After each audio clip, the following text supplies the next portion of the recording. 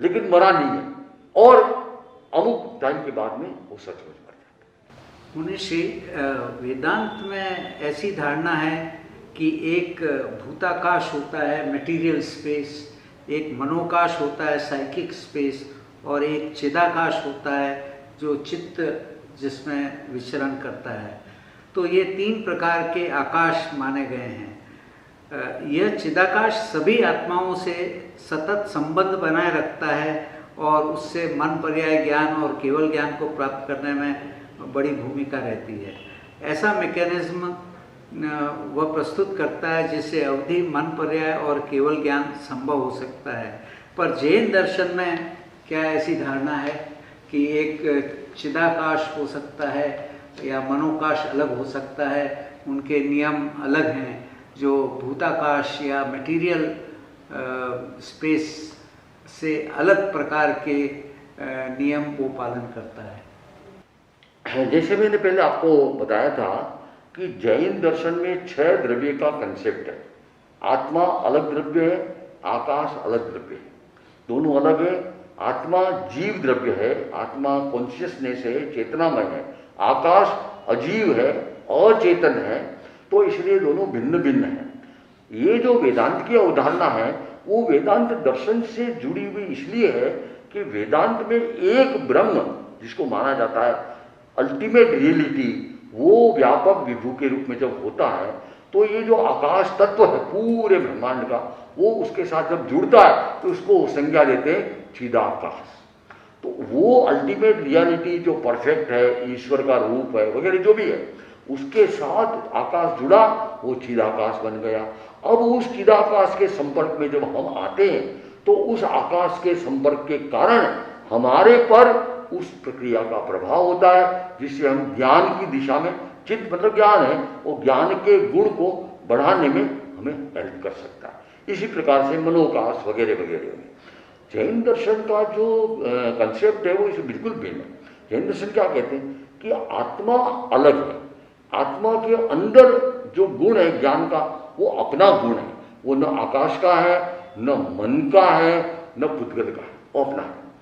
अब आकाश के गुणों के कारण अगर अपना आकाश, अपना ज्ञान का गुण करने में आत्मा को वो आकाश स्पेस इस रूप में अगर सहायक बनता है कि स्पेस के अंदर भी पुद्गल है, वो कार्बन वर्गा के पुद्गल भी है, दूसरे पुद्गल भी है, तो उन पुद्गलों के कारण यदि आकाश के वो पुद्गल ज्ञान की जो प्रोसेस हमारी है वो भी एक प्रकार से अगर देखा जाए, जिसको हम कहते हैं अवधि ज्ञान, मन पर्याय ज्ञान, केवल ज्ञान, उसमें हम इस बॉडी को काम में नहीं लेते, जिसको कहते हैं brain, nervous system, sensory nerves, इनको हम काम में नहीं। अवधि ज्ञान, मन पर्याय ज्ञान, केवल ज्ञान में हम बियॉन्ड सेंसरी, इसलिए उसको कहते हैं एक्स्ट्रा सेंसरी परसेप्शन, वो आत्मा का गुण है।